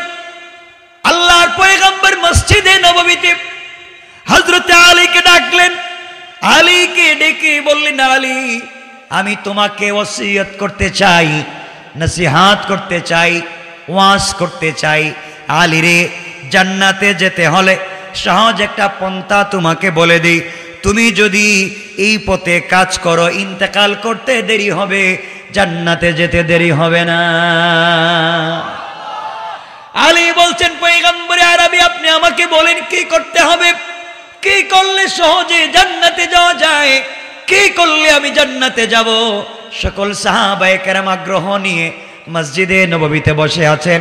নবীজি জোরে আওয়াজ করে আলীকে দাঁড় করাইয়া বলেন, আলী শোনো, তুমি যদি জান্নাতে যেতে চাও, বিনা হিসাবে, হিসাব ছাড়া যদি আমার হাত ধরে জান্নাতে যেতে চাও, তাহলে প্রতি রাত্রে ঘুমাতে যাওয়ার আগে 4000 দিনার আল্লাহর রাস্তায়, 4000 টাকা প্রত্যেক রাত্রে আল্লাহর রাস্তায় দান করে ঘুমাইবা।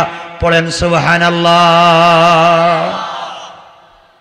সাহাবায়ে কেরাম মুচকে হাসতে লাগলেন, আর ডাক দিয়া বললেন, আলীকে আল্লাহর রাসূল ওসিয়ত করতেছেন, সহজে জান্নাতে যেতে হলে প্রত্যেক রাত্রি 4000 দিনার, 4000 টাকা যেন দান করে ঘুমায়। আলীর ঘরে তো 3 বেলার খাবার থাকে না। আলী মুচকে এসে বললেন, ইয়া রাসূলুল্লাহি, ইয়া হাবিবাল্লাহ, পয়গম্বরে আরবি, আপনার ঘরে রান্না হলে আমি খাই, আপনার ঘরে রান্না না হলে আমি উপোস থাকি। আমার ঘরে খাবার থাকে না, আপনি আমাকে বললেন সহজে যদি জান্নাতে যেতে হয়, শর্টকাটে যদি জান্নাতে যেতে হয়, তাহলে প্রত্যেক রাত্রবেলা যেন আমি ঘুমাতে যাওয়ার আগে, বিছানায় যাওয়ার আগে 4000 দিনার দান করে ঘুমাই। আমি এত টাকা কোথায় পাবো? নবীজি মুচকি হেসে আলীর কপালে চুম্বন করে আলীর হাতকে শক্ত করে নিজের বুকের সঙ্গে লাগাইয়া ডাক দিয়া বললেন, আলী রে, বিছানায় যাওয়ার আগে তুমি যদি প্রত্যেক রাত্রে 4 বার সূরা ফাতিহা পড়ে ঘুমিয়ে যাও, 4000 দিনার দান করার সওয়াব আমলনামায় আল্লাহ দিয়ে দিবে। আল্লাহু আকবার। আমার নবী বললেন, আলী, প্রত্যেক রাত্রে ঘুমাতে যাওয়ার আগে মাত্র 4 বার সূরা ফাতিহা, আলহামদুলিল্লাহি রাব্বিল আলামিন, এই সূরা তেলাওয়াত করে যদি বিছানায় ঘুমিয়ে যাও, আল্লাহ রাব্বুল ইজ্জত ওয়াল জালাল ঘোষণা করেছেন, গোলাম রে, প্রত্যেক রাত্রে 4000 টাকা দান করলে যেই সওয়াবটা তো দিবেন, আর আবার হাত ধরাইয়া বিনা হিসাবে জান্নাত দিবেন। পড়েন সুবহানাল্লাহ। সাহাবায়ে কেরাম আশ্চর্য হয়ে গেলেন, সহজ আমল আমরাও করতে পারি। নবীজি বলেন, আলী, তোমাকে আরেকটা ওসিয়ত করি, এই ওসিয়তটা মানবা, বিনা হিসাবে আমার হাতে হাউজে কাউসারের পানি পান করতে পারবা। আলীকে আল্লাহর রাসূল বলছেন, আলী রে, 2 নম্বর ওয়াজ তোমাকে করছি, 2 নম্বর নসিহত তোমাকে করছি। আলী, তুমি শোনো, ঘুমাতে যাওয়ার আগে, বিছানায় চলে যাওয়ার আগে প্রত্যেক রাত্রবেলা তুমি যদি 30 পারা কোরআন শরীফ খতম করে ঘুমিয়ে পড়ো, 30 পারা কোরআন খতম করে যদি তুমি ঘুমিয়ে যাও, আল্লাহ বলেছেন কিয়ামতের দিনে এই কোরআন তোমাকে সুপারিশ করে করে, শাফাআত করে করে জান্নাতুল ফিরদাউসে নিয়ে যাবে। সাহাবায়ে কেরাম দাঁড়িয়ে বলছেন, পয়গম্বরে আরবি, প্রত্যেক রাত্রে 30 পারা কোরআন শরীফ খতম করতে হবে, রাত্রই তো শেষ হয়ে যাবে, ঘুমাবো কখন? আলী মুচকি হেসে বলছেন, ইয়া রাসূলুল্লাহ, 30 পারা কোরআন প্রত্যেক রাত্রে খতম করলে ঘুমাতে যাব কখন?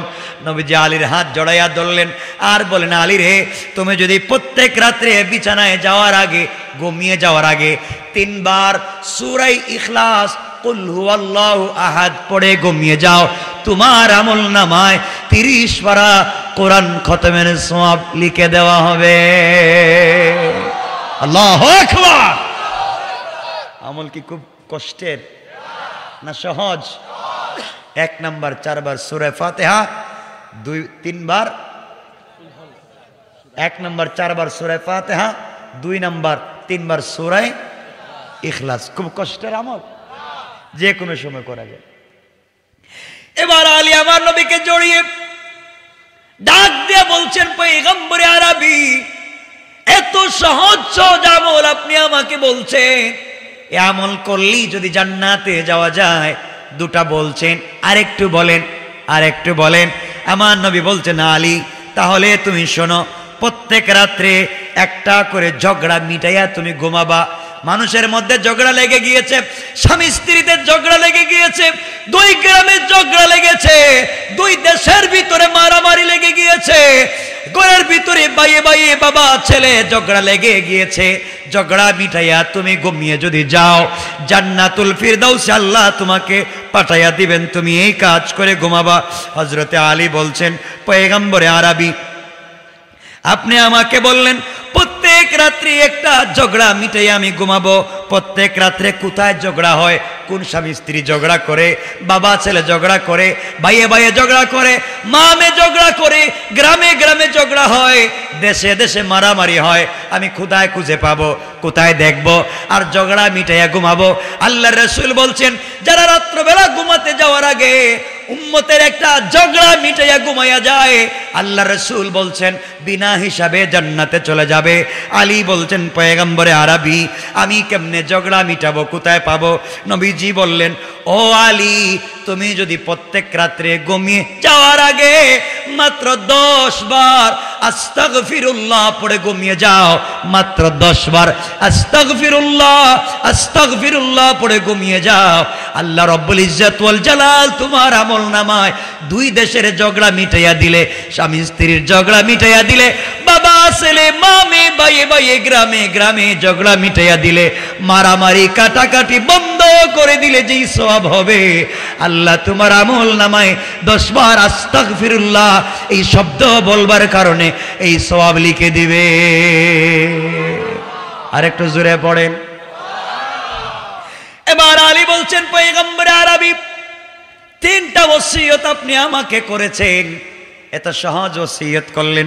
নবীজি বলেন, আলী রে, কেউ যদি আস্তাগফিরুল্লাহ পড়ে বিনা হিসাবে জান্নাতে যেতে চায়, দুনিয়ার কোন মানুষ লাগবে না, ওসিয়ত লাগবে না, সুপারিশ লাগবে না, শাফাআত লাগবে না, বিনা হিসাবে কোন উম্মত যদি জান্নাতে যেতে চায়, সে যদি প্রত্যেক রাত্রে আল্লাহুম্মা ইন্নী যালামতু নাফসি যুলমান কাসীরা ওইটা একবার হলেও দিনে পড়ে, আল্লাহ বলছেন এই গোলামের জিম্মাদার কিয়ামতের দিন স্বয়ং আমি আল্লাহ। আল্লাহু আকবার বলেন না। আল্লাহ রাসূল বলছেন, শোনো ও আলী, তুমি শোনো, কিয়ামতের দিনে যেই দিন সূর্য তার 11টা মুখ দিয়া নিচের দিকে তাকাইয়া থাকবে, মাটিগুলা তামার মতো হয়ে যাবে, মানুষের শরীর থেকে গাম জোরে জোরে সাঁতার কাটা মতো হয়ে যাবে। ওই দিন যদি আরশে আজিমের ছায়ায় থেকে জান্নাতের 8টা দরজা খোলে, জান্নাতে যেতে চাও, যেই গোলাম আর যেই উম্মত 5 ওয়াক্ত নামাজের সময় অথবা যে কোনো সময় ওযু করবার পরে কালিমায়ে শাহাদাত পড়বে, আশহাদু আল্লা ইলাহা, এই কালিমায়ে শাহাদাত পড়বে প্রত্যেক অজুর পরে শরীর শুকিয়ে যাওয়ার আগে হাত ভিজা, মাথা ভিজা, শরীর ভিজা রয়েছে, কালিমায়ে শাহাদাত যদি কেউ ওযু করার পরে পড়ে, নবীজি বলেছেন ইন্তেকালের সাথে সাথে জান্নাতের 8টা দরজা খুলে দেওয়া হয়ে যায়। আল্লাহু আকবার। এবার নবীজিকে আলী বলছেন, পয়গম্বর আরবি, আপনি আমাকে আরেকটু ওসিয়ত করেন, আমি কি করতে হবে? নবীজি বলছেন, আলী রে, তুমি এক কাজ করো, প্রত্যেক রাত্রে ঘুমাতে যাওয়ার আগে জান্নাতের মূল্য পরিশোধ করে ঘুমিয়ে যাও। এবার আলী বলছেন, পয়গম্বরে আরবি, আপনি জান্নাতের মূল্য পরিশোধ করতে বললেন, জান্নাতের মূল্য কি দেওয়া যায়? আপনিই তো হাদিসে বলেছেন, আপনি আমাদেরকে বলেছেন জান্নাতের মূল্য পরিশোধ করবার মতো কিছুই নাই। জান্নাতের ভিতরে যে স্টোন আছে, পাথর আছে, জান্নাতি মহিলাদেরকে আল্লাহ যে উড়না দিবেন, জান্নাতি মহিলাদের উড়নার মধ্যে যে পাথরগুলা দিবে, এই পাথরের দাম হবে হীরা জবরজত ইয়াকুত মণি মুক্তা, ছোট্ট ছোট্ট পাথর, আসমান জমিন আরশ কুরসি লৌহ কলম জান্নাত জাহান্নাম আল্লাহ যা কিছু সৃষ্টি করেছেন সব কিছু বিক্রি করে যদি কেউ দেয়, এরপরেও জান্নাতি মহিলাদের কাপড়ের মধ্যে যে একটা পাথর থাকবে ওই পাথরের দাম পর্যন্ত হবে না। পড়েন সুবহানাল্লাহ। আলী বলছেন পয়গম্বরে আরবি এই জান্নাতের মূল্য দিব, জান্নাতের একটা পাথরের মূল্য হয় না, জান্নাতের একটা চেয়ারের মূল্য হয় না। আর আপনি বলছেন আমি প্রত্যেক রাত্রি ঘুমাতে যাওয়ার আগে জান্নাতের মূল্য পরিশোধ করে ঘুমাবো, আমি কেমনে পরিশোধ করব? নবীজি বলেন আলী রে তাহলে তুমি শোনো, তুমি যদি ঘুমাতে যাওয়ার আগে মাত্র 3 বার দুরূদ শরীফ পড়ে ঘুমিয়ে যাও, 3 বার যে ব্যক্তি দুরূদ শরীফ পড়ে ঘুমিয়ে যায় সে যেন 8টা জান্নাতের মূল্য পরিশোধ করে ঘুমাইয়া যায়। আল্লাহু আকবার বলেন। আমার মুসলমান বন্ধুগণ, এবার আলী জড়াইয়া বলছেন পয়গম্বরে আরবি আর একটু ওসিয়ত করেন, আর একটু আমাকে বলেন নসিহত করেন, আর একটু ওয়াজ করেন, এত সহজে জান্নাতে যাওয়া যায়, আর একটু বলে দেন। এবার নবীজি বলছেন আলী তাহলে শোনো, প্রত্যেক রাত্রে একটা মকবুল হজ করবা, প্রত্যেক রাত্রে একটা মকবুল উমরা করবা। মকবুল হজ আর উমরা করে যদি কেউ প্রত্যেক রাত্রে একটা মকবুল হজ করে, প্রত্যেক রাত্রে একটা মকবুল উমরা করে, ওই ব্যক্তি মরবে বিনা হিসাবে আল্লাহ রাব্বুল ইজ্জত ওয়াল জালালের কুদরতে জান্নাতে পৌঁছে যাবে। কোন সুবহানাল্লাহ। এবার আলী ডাক দিয়ে বলছেন পয়গম্বরে আরবি এটা কি কোনো মানুষের জন্য সম্ভব? কারো বাড়ি তো 1000 মাইল দূরে, আমি মদিনায়, উমরা করতে যাওয়া লাগবে মক্কায়, বাইতুল্লাহ যাওয়া লাগে, রাত্রে কেমনে আমি একটা হজ করব? প্রত্যেক রাত্রে কেমনে আমি একটা উমরা করব? আমার দ্বারা তো সম্ভব হবে না। নবীজি বলেন আলী রে তাহলে শোনো, কোন গোলাম যদি, কোন উম্মত যদি ঘুমাতে যাওয়ার আগে বিছানায় পেট লাগিয়ে দেওয়ার আগে 4 বার কালিমায়ে তাইয়্যিবা লা ইলাহা ইল্লাল্লাহ 4 বার পড়ে যদি কেউ ঘুমিয়ে যায়, একটা মকবুল হজ মকবুল উমরার সওয়াব পেয়ে যাবে। পড়েন সুবহানাল্লাহ। আমার বন্ধুগণ, বিশ্বনবী বুঝালেন জান্নাতে যদি যেতে হয় প্রত্যেক রাতে 4000 দিনার যদি দান করার সওয়াব পেতে হয়, 4 বার সূরা ফাতিহা পড়বা, 30 পারা কোরআনের খতম করার সওয়াব যদি পেতে হয়, 3 বার সূরা ইখলাস পড়বা, জান্নাতের মূল্য যদি পরিশোধ করতে হয় 3 বার দুরূদ শরীফ পড়বা, প্রত্যেক রাতে একটা ঝগড়া মিটাইয়া ঘুমাতে যদি হয় 10 বার আস্তাগফিরুল্লাহ পড়বা, একটা মকবুল হজ একটা মকবুল উমরা করে যদি ঘুমাতে হয় 4 বার কালিমায়ে তাইয়্যিবা পড়ে ঘুমাবা, জান্নাতের 8টা দরজা খোলা রেখে যদি ঘুমাতে হয় ওযুর পরে কালিমায়ে শাহাদা পড়বা। আর যদি জান্নাতে বিনা হিসাবে যেতে হয়, কোনো হিসাব ছাড়া আর সে আজিমের ছায়ায় জায়গা করে, তাহলে অবশ্যই অবশ্যই দিনে কমপক্ষে 1 বার হলেও আল্লাহুম্মা ইন্নী যালামতু নাফসি যুলমান কাসীরা ওগুলা যারা পড়বে, নবীজি বলছেন এই আমলগুলা যারা দুনিয়ার জমিনে করবে ইন্তেকাল করতে দেরি হবে, আল্লাহর তৈরি জান্নাতে যেতে এই গোলামের উম্মতের 1 মিনিটও দেরি হবে না। পড়েন সুবহানাল্লাহ। আল্লাহু আকবার বলেন, আল্লাহু আকবার। আমরা যেতে চাই কি চাই না? আওয়াজ করে বলেন, যেতে চাই কি চাই না? আমল করতে পারবেন তো? মনে থাকবে তো? আলোচ্য বিষয়ের মৌলিক 3টা বিষয়। 1 নাম্বার, আল্লাহকে চিনবেন। যদি আল্লাহকে না চিনেন, সূরা মারিজের 15 নম্বর আয়াত থেকে আল্লাহ পিটাবেন কিয়ামতের দিন। কেমনে তাও বলছি। লাস্টে বলছেন সূরা হুমাজার শেষ আয়াতে বলছেন ফি আমাদিম মুমাদ্দাদা, 19 জন ফেরেশতা দিয়া 1 লক্ষ বকরির বাচ্চাকে মাথা নিচের দিকে করে পা উপর দিকে উঠাইয়া জীবন্ত বকরির বাচ্চার শরীর থেকে চামড়া টাইনা টাইনা নামালে যে কষ্ট হয়, অন্যায় যদি করো 19 জন ফেরেশতা দিয়া মাথা নিচের দিকে করে পা উপর দিকে দিয়ে চামড়া টাইনা টাইনা নামাবেন। বাঁচতেই যদি হয় রবকে চিনতে হবে। 1 নাম্বার রবের পরিচয় দিয়েছি। 2 নাম্বার রবকে না চিনলে কি শাস্তি হবে তাও বলেছি। দুনিয়া যে নিমক হারাম তাও বুঝিয়েছি। সবাইকে আল্লাহর কাছে দিয়েও নাজাত চাইতে চাইবেন তাও বলেছি। লাস্টে বুঝাতে চাইলাম সব বাদ দিয়া বিনা হিসাবে শর্টকাটে জান্নাতে যাওয়ার 4-5টা আমল বলে দিয়েছি। আমরা যদি সব কিছু ঠিক মতো করতে পারি যাব কোথায়? কোথায় বলেন, কোথায়? আল্লাহ যেন আমাদেরকে কবুল করে।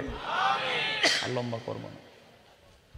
না লম্বা করলে তো আর 2-2.5 ঘন্টা ওয়াজ করতে হবে আমারে, আয়াত তো শেষ হইতো না এটা।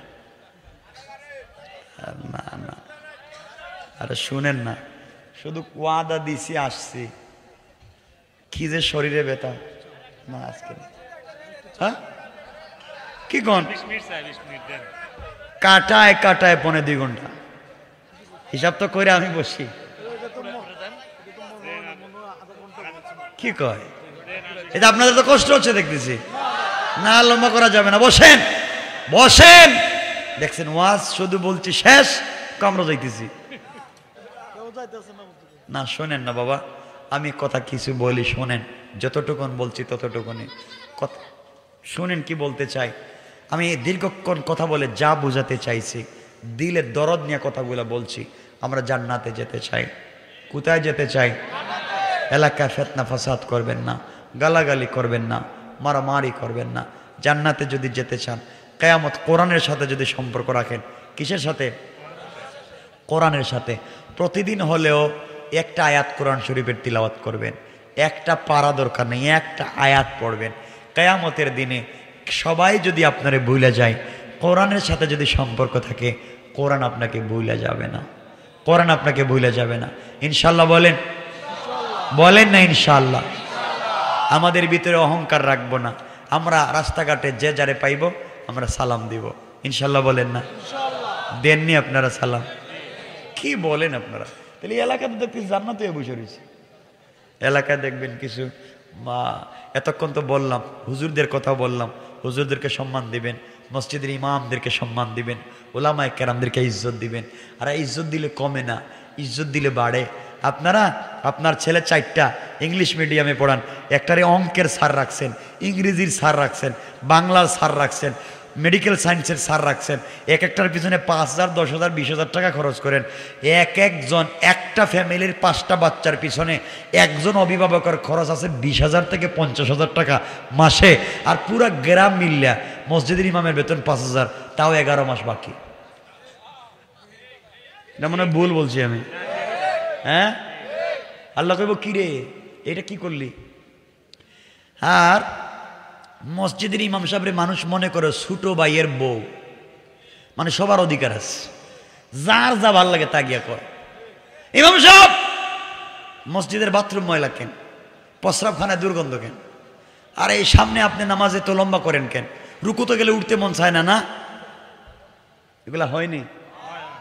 শব্দ ইমাম সাহেবের, ইমাম সাহেবের সঙ্গে তো কথায় কথা চলে আসছে, বললে তো আর লম্বা হয়ে যাব।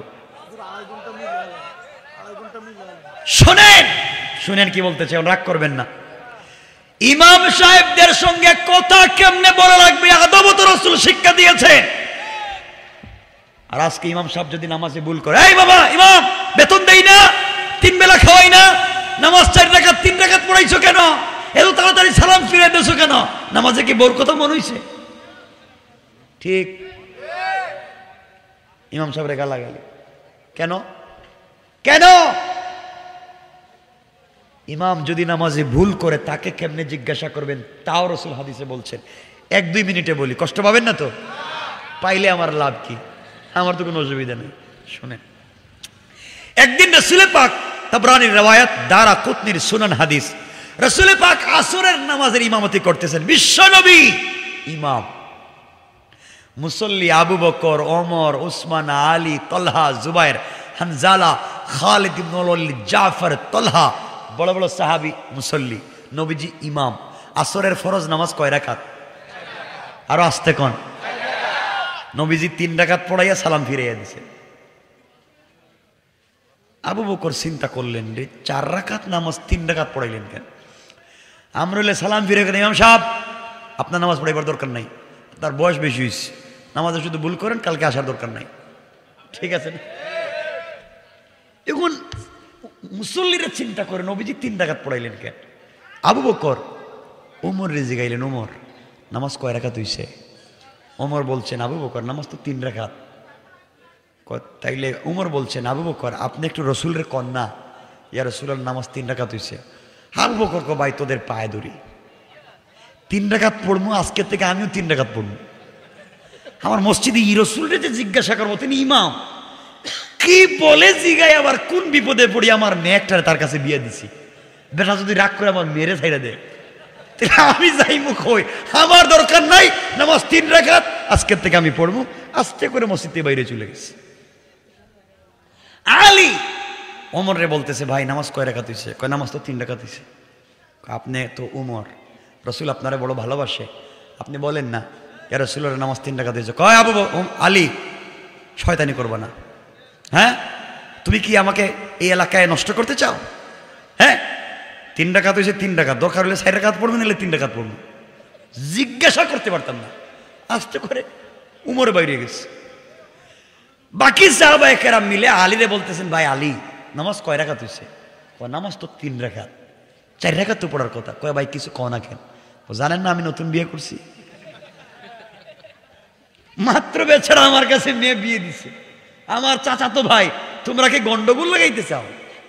দরকার নাই, আমি দরকার হলে 4 রাকাত পড়ি আর 3 রাকাত পড়ি, যেটা করি করি, কিন্তু রসুলরা জিজ্ঞাসা করতে পারতাম না। দেখতেছেন কি অবস্থা? 3 জন বাইরে চলে গেছে। বাকি সাহাবায়ে কেরাম দেখেন কি রে, নামাজ হইল 3 রাকাত, বড় বড় যারা লিডার হব দি বাইরে যায়, নবীজিরে কিছু কয় না, তাহলে আমরা কি করতাম? আর আমাদের দেশের কিছু ছেসরা মুরব্বী আছে, মানে মাঝারি সাইজের মুরব্বী, মধ্যম বয়সের মুরব্বী আছে না নাই?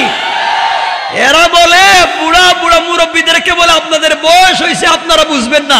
আরে গাদা, এরা যদি না বুঝতো তুই কেমনে হইলে? ঠিক কিনা বলেন? হ্যাঁ নাকি বুঝে না কিছু, কথা তো লম্বা হয়ে যাইব, কত শর্টকাট চিন্তা করতেছি, তাও লম্বা হয়ে যেতেছে। আরে শুনেন না আমার বন্ধুগণ, 3 জন বাইরে গেছে। শুনেন কয়জন বাইরেছে? উসমান বাইরে 3 জনে বলতেছে, তোমরা 3 জন বাইরেছ কেন? জানো না নামাজ কয় রাকাত হইছে? নামাজ তো 3 রাকাত হইছে। তাহলে তোমরা বাইরে হইছো কেন? উমর, আবু বকর, আলী বলছেন, ভাই নামাজে 3 রাকাত হইছে, কার সাহস আছে রসুলের জিগাইতো নামাজ 3 রাকাত পড়লেন কেন? সবাই মিলা বলতেছে, উসমান তুমি তো জিন্নুর আইন, রসুলের 2টা নূরের অধিকারী, 2 মেয়েরে বিয়ে করছো, রসুল তোমারে বড় লজ্জা পায়, তুমি একটু গিয়া বলো না নামাজ 3 রাকাত হইছে। উসমান কয়, ভাই বিয়াদবি মাফ করো, আমার মুনাজাতেরও দরকার নাই, আমি বাড়িতে গেলাম, আর মাগরিবের নামাজও মসজিদে আসতাম না, হে গেঞ্জাম আর গেদারিঙ্গে আমি নাই। উসমানও গেছে গা। হজরতে আলী তো বেটে লোক ছিলেন, বেটে খাটো, খুব জ্ঞানী ছিলেন। আলী ছিলেন বেটে খাটো, ওমর আবু বকর ছিলেন লম্বা। এজন্য মাঝে মাঝে আবু বকর এবং ওমর আলীকে বলতেন, লাউকানা আলিফ ওয়া লাম লাকানা নুন। তার আলিফ লানা লিখতে লাম নুন আলিফ, লাম নুন আলিফ, 2টা লম্বা, লামও লম্বা আলিফও লম্বা, নুনটা মধ্যখানে পড়ে থাকে। বলতেন, এ আলী আমরা চিনো, লম্বা লম্বা 2 জন, বাইটা মধ্যখানে থাকো, যদি পেস লাগাও, যাও তুমি কিছু কও। সুবহানাল্লাহ বলেন না? আলী দাঁড়ায়া বলতেছে, লাউকানা আলিফ ওয়া লাম লাউকানা নুন বাইনাল আলিফ ওয়া লাম, যদি আলিফ এবং লামের মধ্যখানে আমি নুন বাইটা না থাকি, লাকানা লা, তোমরা হইয়া যাইবা না। সুবহানাল্লাহ বললেন না? যদি আলিফ লামের মধ্যখানে আমি নুন না থাকি, তাহলে লা হয়ে যাইব, লা নাই, কিচ্ছু নাই। চিন্তা করলে এরা তো বোঝানো যায় না। 3 জন মিলিয়া আস্তে আস্তে গিয়ে হজরতে বেলালে ডাকতেছে, বেলাল এদিকে আও। বেলাল বাইরে আইছে। কই কি হয়েছে? আজান দিছে কে? আমি দিছি। কয় একামত দিছে কে? আমি দিছি। তো নামাজ কয় রাকাত হইছে? কয় নামাজ তো 3 রাকাত হইছে। তাহলে তুমি কিছু খাও না? কয় আমি কে? তোমাদের সমস্যা কি? আমি মুয়াজ্জিন, আমার বাড়ি এলাকায় না, আমি হাবশি, আমি গোলাম, তোমরা আমার চাকরি খাইতে চাও, ষড়যন্ত্র করতেছো না? আমার দরকার নাই, 3 রাকাত 3 রাকাত, কালকের থেকে আমিও 3 রাকাত। কেউ আর রসুলকে জিজ্ঞাসা করেন। উসমানের কে আইনা 4 জন মিলছে, 2 জন রসুলের শ্বশুর আর 2 জন জামাই। সুবহানাল্লাহ বললেন না? আলী এবং উসমান জামাই, আবু বকর আর ওমর শ্বশুর। 4 জন মিল্লা হজরতে বিলালে ধরছে। বিলাল, তোমাকে রসুল ভালোবাসেন বেশি, তুমি সুন্দর করে যদি বুঝাইয়া বলো নামাজটা কেন 3 রাকাত হইছে, জিবরিল আমিন মনে হয় আয়েশা বলছে নামাজ 3 রাকাত, তাহলে আমরাও তো কালকে থেকে 3 রাকাত পড়তে হইব। কিন্তু বলবে কে? ইমাম সাহেব। তুমি একটু বলো না, বুঝি কি সমস্যাটা আমরা একটু বুঝি, তুমি বলো, আমরা তোমার পিছনে আছি। ঠিক আছে। 5 জন মিললে মসজিদে ঢুকছে, রসুলের জিজ্ঞাসা করবে। আস্তে আস্তে করে বিলাল যখন সামনে গেছে, 4 জন আস্তে করে বাইরে চলে গেছে। বিলাল দেখছে আমার সামনে দিয়ে সাইরোটা নাই, বিপদ তো মহাগাড়ে পড়ছে। নবীজি বলতেন, বিলাল কেন আইছো? ইয়া রাসূলুল্লাহ, কিছু জিজ্ঞাসা করতে চাই, কিন্তু আপনার মন কি ঠিক আছে? জিজ্ঞাসা করলে কি কোনো আপত্তি আছে? নবীজি বললেন, না। কি হয়েছে? ইয়া রাসূলুল্লাহ, বলতে চাই, আপনি অনুমতি দিলে বলবো। দেখেন ইমাম সাহেবের জিজ্ঞাসা করা আদব দেখেন, আপনি অনুমতি দিলে বলবো, আর আপনারা ডাইরেক্ট অ্যাকশন করে। নবীজি বলছেন, বলো বিলাল কি হয়েছে? এবার বিলাল বলতেছেন, না ইয়া রাসূলুল্লাহ, আপনি নামাজে ভুল করছেন, 4 রাকাত নামাজ 3 রাকাত করলেন কেন? একথা বলতেছেন না। বেলাল বলতেছেন, ইয়া রাসূলুল্লাহ, আকুসিরাতিস সালাতু আম নাসিতা ইয়া রাসূলুল্লাহ, ইয়া রাসূলুল্লাহ, আল্লাহর পক্ষ থেকে কি আজকের থেকে নামাজ 4 রাকাত থেকে 3 রাকাত করা হয়েছে, না আম নাসিতা ইয়া রাসূলুল্লাহ, না আল্লাহ আপনাকে ভুলাইয়া দিয়েছেন? আল্লাহু আকবার বলেন।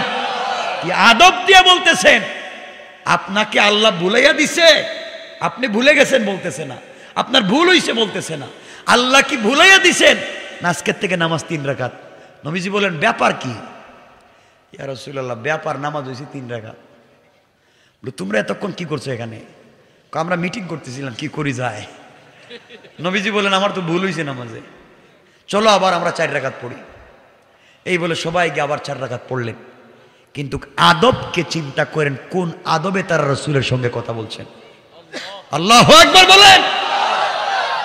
এই আদব আসেনি আপনাদের এলাকায়? নাই কেন? এগুলো নাই। ইমাম সাহেবের টিফিন দেয়, দেখবেন টিফিনে ঠিক মতো খাবারও দেয় না। আল্লাহ জানে, এগুলো ভুল বলে ফেললাম মনে না। আপনারা ভালো খাওয়ান, আবার ঠিক আছে, আপনার মাশাআল্লাহ খুব খাওয়ান। ইমাম সাহেব যদি একটু তাড়াতাড়ি হাঁটে, মুসল্লিরা কো, দেখছো কার বাড়িতে মনে দাওয়াত পাইছে, এখন দৌড়তেছে। ইমাম সাহেব যদি আস্তে হাঁটে, খুব এমন খাইছে, এখন হাঁটতে পারতেছে না, তো বেচারা এখন করবোটা কি? এটা আমার এখন মহা বিপদ ইমাম সাহেব। আল্লাহ বাঁচাইছে, আমি এই ব্যাপারে কথা বলি নাই আর। এজন্য আল্লাহর ওয়াস্তে উলামায়ে কেরামদেরকে সম্মান দিবেন, কারণ তারা আপনার ইমামতি করতেছে সালাতের। কিয়ামতের দিন হয়তো আপনার সুপারিশের কারণ হয়ে যেতে পারে। এই জন্য আমরা তাদেরকে সম্মান দিব ইনশাআল্লাহ। আরো জোরে বলেন ইনশাআল্লাহ।